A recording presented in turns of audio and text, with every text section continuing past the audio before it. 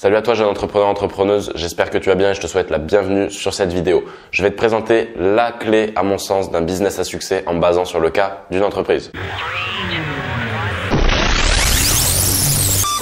Avant de rentrer dans le vif du sujet, je voulais te dire que tu avais dans la description le lien vers une formation offerte que j'ai mise en place pour monter un business en ligne en partant de zéro. Donc tu as vraiment toutes les étapes, c'est une formation très puissante. Tu as le lien dans la description. Et n'hésite également pas à t'abonner à cette chaîne YouTube et à mettre un petit pouce bleu, à me donner des idées de vidéos éventuellement dans les commentaires si tu as des sujets spécifiques que tu voudrais que je traite, et on va rentrer tout de suite dans le vif du sujet. Donc la technique que je vous présente aujourd'hui ne vient pas de moi, n'a pas émané de mon cerveau, mais c'est une technique que j'ai prise à Mark Zuckerberg. Donc Mark Zuckerberg, le créateur et PDG de Facebook. Là où ça va être très intéressant, c'est qu'apparemment Noah Kagan, un des premiers employés de Facebook, a dit que le début de ce réseau social avait été très compliqué.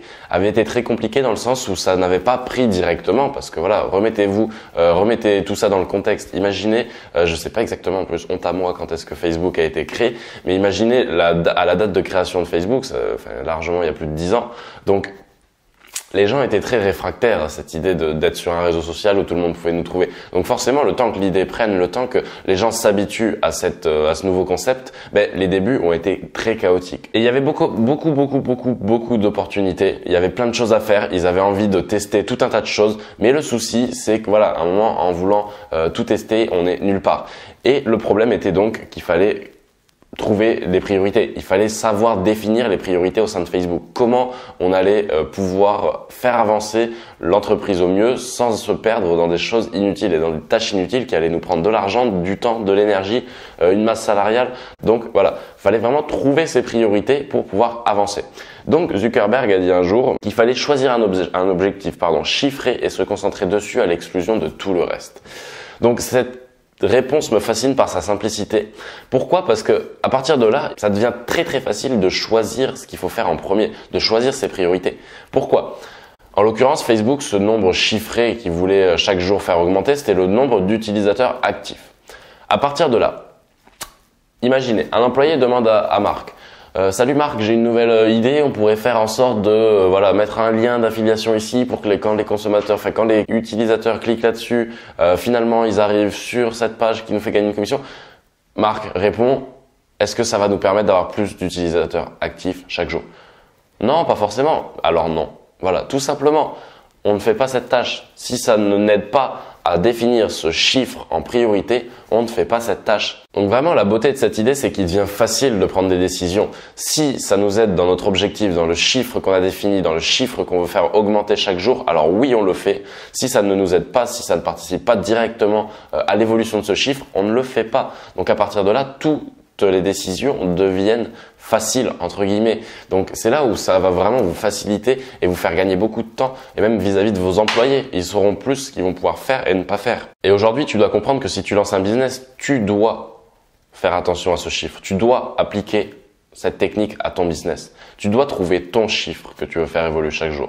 Pourquoi? Parce que déjà, dans un premier temps, ça va te permettre de savoir exactement quoi faire, à quel moment. Tu vas pas te perdre dans des tâches inutiles qui vont te prendre du temps, qui vont être chronophages, dans des tâches qui vont te faire perdre de l'argent, qui te servent à rien. Tu vas vraiment exactement savoir quoi faire, à quel moment. Donc, je t'invite vraiment là à prendre une feuille blanche, et au milieu de cette feuille, tu marques ta petite phrase. Par exemple, là c'est le nombre d'utilisateurs actifs quotidien pour Facebook, mais ça peut être très bien, si tu es infopreneur, que tu vends des formations, augmenter le nombre d'abonnés dans ma liste email chaque jour. C'est un objectif, c'est le mien. C'est pour ça que je vous dis ça.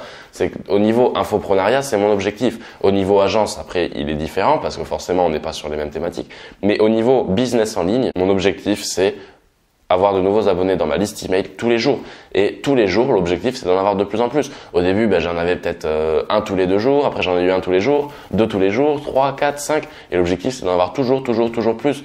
Parce que après, forcément, un client qui rentre dans la liste email, c'est un client qui va suivre un certain processus, qui va suivre un certain schéma, qui va recevoir différents emails, différentes promotions, et qui, à la fin, normalement, va finir pour certains par convertir en tant que client.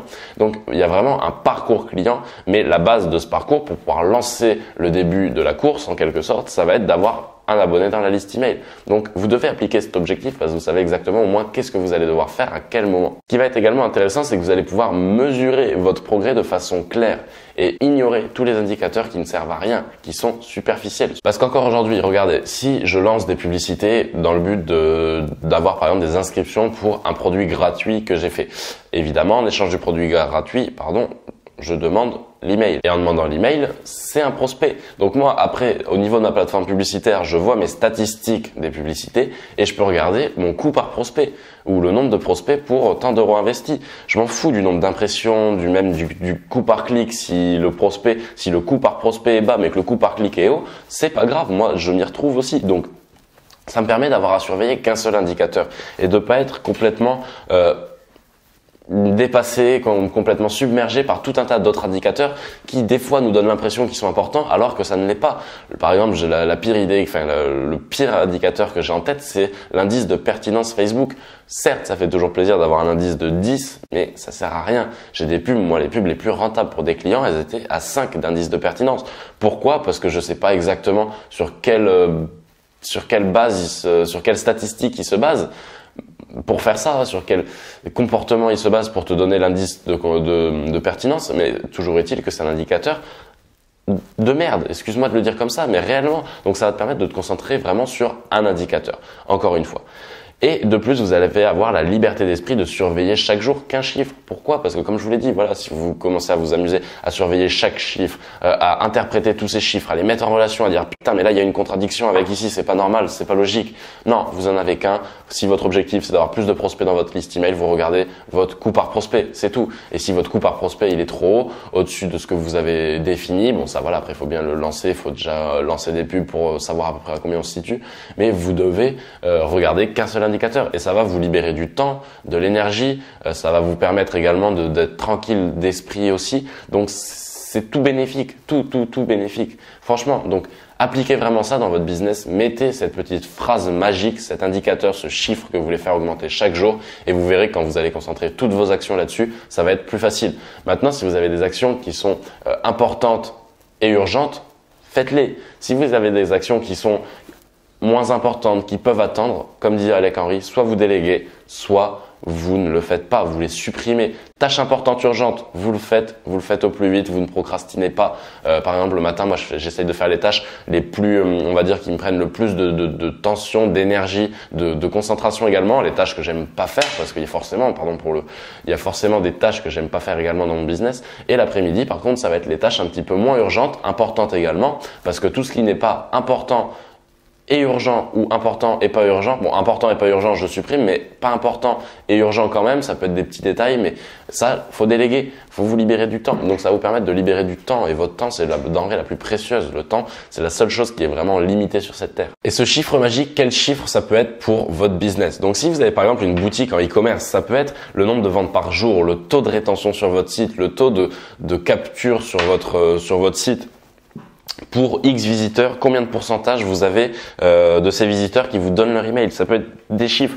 Bon là voilà, on est vraiment sur du business en ligne, donc ça va être coût par vente, ça va être taux de conversion, ça va être des choses comme ça, des chiffres qu'il va falloir réellement optimiser. Forcément, quand moi, je regarde par exemple mes pages, mon objectif c'est d'avoir des prospects en plus chaque jour sur ma liste email. Certes, c'est sûr, mais évidemment également que derrière il y a une optimisation du taux de conversion. Il n'y a pas réellement qu'un seul chiffre, parce que une fois c'est bien d'avoir des abonnés dans votre liste email, mais s'ils arrivent que sur des pages qui convertissent à 0%, ben vous aurez jamais une seule conversion. Donc il faut aussi optimiser vos pages. Mais vous voyez que c'est un chemin logique et c'est aussi du bon sens. C'est-à-dire que en faisant ça, je vais pas pouvoir me perdre à optimiser des choses qui ne servent à rien. Je vais pas me perdre à changer ma photo de profil Facebook pour qu'il y ait 2 personnes en plus qui regardent et qui likent la photo. Vous voyez un peu ce que je veux dire? Parce que ça m'aidera en rien et ça va pas m'apporter de nouveaux abonnés email, enfin d'abonnés en termes ça va pas m'apporter de nouveaux prospects dans ma liste email. Pardon. Excusez-moi, j'ai galéré un petit peu à trouver ce que je voulais dire. Donc vous allez peut-être me dire, oui Mathéo, mais les visiteurs n'achètent pas forcément. Si aujourd'hui vous avez une boutique e-commerce, que votre objectif c'est d'avoir plus de visiteurs, parce que c'est un objectif qui est, on va dire, assez important et prédominant quand on fait du e-commerce, par exemple dropshipping, le but c'est quand même d'avoir beaucoup de visiteurs. Et quand on a beaucoup de visiteurs, c'est vrai, des fois la page ne convertit pas. Donc à partir de là, ça va être important d'optimiser, comme je vous disais, les pages de destination. C'est-à-dire que vous avez une page de capture, vous avez une page de destination, va falloir également l'optimiser. Il va falloir mettre en place du copywriting, un bon marketing, des techniques de vente à l'écrit, des petits éléments pour forcer la main entre guillemets, même si j'aime pas ce mot, mais en mettant de l'urgence, de la preuve sociale, plein de choses qui vont faciliter le passage à l'action, la conversion du prospect en client dans votre entreprise. Et dans tous les cas, avoir du trafic par exemple sur votre boutique e-commerce, c'est quelque chose de purement bénéfique. Pourquoi? Parce que le trafic, en partant du principe que votre boutique a bien été mise en place, a bien été paramétrée, que vous avez bien installé vos systèmes de tracking dessus, toutes les personnes qui viennent visiter votre site, c'est des personnes dont vous avez les données. C'est des personnes que vous allez pouvoir retracer, que vous allez pouvoir recibler, à qui vous allez pouvoir remontrer une publicité adaptée. Pourquoi? Pourquoi je dis publicité adaptée? Parce qu'un prospect qui arrive pour une deuxième fois sur votre site, c'est un prospect tiède qui a déjà été en contact avec votre produit, vous lui avez déjà proposé une offre, vous lui avez déjà montré que vous existiez. Donc là, il va vous revoir et il aura déjà cette petite étincelle qui va se dire « Ah, mais lui, je l'ai déjà vu, ça peut être intéressant. » Donc, c'est pour ça que je dis adapté, parce qu'on va pouvoir se permettre d'être un petit peu plus agressif, par exemple sur une pub de retargeting. Je sors un petit peu du contexte de la vidéo, du contenu que je voulais donner, mais je pense que c'est quand même important à mon sens et c'est pour ça que je voulais vous faire un petit point là-dessus. Donc comme je vous l'ai expliqué, grâce au retargeting, tout le trafic que vous allez avoir, certes en trafic direct, c'est-à-dire que vous lui montrez une publicité, il va sur votre boutique, il achète, mais on n'a pas un gros taux de conversion. Quoi que vous fassiez, quoi que vous mettiez sur votre page de vente, vous n'aurez pas un énorme taux de conversion. Pourquoi? Tout simplement parce que les gens aujourd'hui sont beaucoup plus méfiants, il y a beaucoup plus d'approches chaque jour. Vous voyez, je suis sûr que vous-même, vous allez sur Facebook, Instagram, vous voyez plus de 3-4 pubs par jour. Donc forcément, on ne peut pas convertir un trafic en direct. Par contre, un trafic qui vient sur votre site, qui n'achète pas mais qui regarde déjà votre produit, c'est quelqu'un que vous allez pouvoir retargeter et grâce à votre processus de follow-up qui va finir par rentrer dans votre fichier client. Et quand il rentre dans votre fichier client, je vous fais pas un dessin, mais vous gagnez de l'argent, vous gagnez de la crédibilité, vous pouvez faire croître votre entreprise. C'était la petite astuce que je voulais vous partager parce que moi je l'ai trouvée vraiment pertinente. C'est quelque chose que j'ai appliqué dans mon business depuis peu.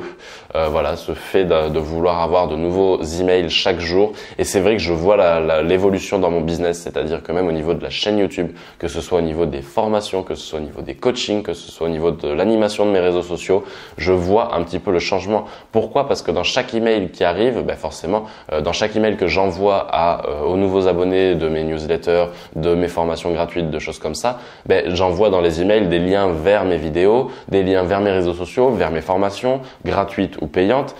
Donc forcément, ça donne une visibilité à tout ça et quand tout ça est de plus en plus visible et de plus en plus actif, forcément ça crée des relations entre chaque chose. C'est-à-dire qu'une personne qui va pas être intéressée par mes réseaux sociaux mais qui va par exemple aller voir la vidéo que j'ai mis dans le mail, à la fin de la vidéo sur YouTube, par contre cette fois ça dit allez voir mon Instagram parce que je vais avoir une publicité, ou je vais avoir quelque chose qui va vous permettre d'accéder à un contenu offert. Donc au final il va sur Instagram et ça crée vraiment un écosystème. Et c'est pour ça que je vous dis, ne voyez pas court terme. Zuckerberg, quand il a dit « je veux plus d'utilisateurs actifs chaque jour », il savait pertinemment que c'était pour pouvoir attirer de nouveaux investisseurs et donc, en plus des investisseurs, à plus long terme, attirer tous les publicitaires, comme vous et moi peut-être. Aujourd'hui, moi je fais beaucoup de publicité sur Facebook, Instagram. Même trop, faut que je diversifie encore plus, je suis trop dépendant de Facebook. Mais il savait qu'en faisant ça, en ayant toujours de plus en plus d'utilisateurs, ça allait permettre de ramener beaucoup d'annonceurs sur sa plateforme, donc de gagner beaucoup d'argent. Donc il avait cette vision long terme. Donc en plus de ce petit objectif que vous devez avoir clair, bien défini pour votre business, vous devez avoir cette vision long terme. Pourquoi aujourd'hui vous voulez ça? Par exemple, sur votre boutique e-commerce, c'est pareil. Pourquoi vous voulez plus de visiteurs? Si c'est juste pour pouvoir mettre une story en disant voilà j'ai eu 10 000 visiteurs aujourd'hui sur ma boutique, ça sert à rien. Mais par contre, si vous voulez avoir des visiteurs parce que vous savez que derrière vous avez des bonnes campagnes de retargeting, un bon follow-up, là, l'objectif prend tout son sens. Et sur le long terme, vous allez voir que votre business, il va croître comme ça. Parce qu'à chaque fois, vous allez pouvoir réinvestir vos bénéfices. Enfin, je vous fais pas un dessin, je vais pas non plus tout reprendre le système d'un business à succès. Mais à mon sens, ça, c'était vraiment la clé. Et ne la négligez pas parce que c'est un contenu vraiment que j'ai peu entendu, j'ai jamais vu sur YouTube ou quoi, quelqu'un donner ce contenu. Donc, c'est vrai que je voulais vous le partager aujourd'hui. Je fais ça gratuitement parce que je pense que c'est quand même quelque chose que vous méritez d'avoir, une clé gratuite, mais qui peut vraiment tout changer dans votre business. Je te remercie d'avoir été attentif à cette vidéo. Si la vidéo t'a plu, comme je te l'ai demandé en début de vidéo, n'hésite pas à t'abonner à la chaîne YouTube pour ne rien manquer. Et moi, je te dis à la prochaine pour une nouvelle vidéo. Tu as également toutes les formations offertes en description, tous les outils. Bye bye.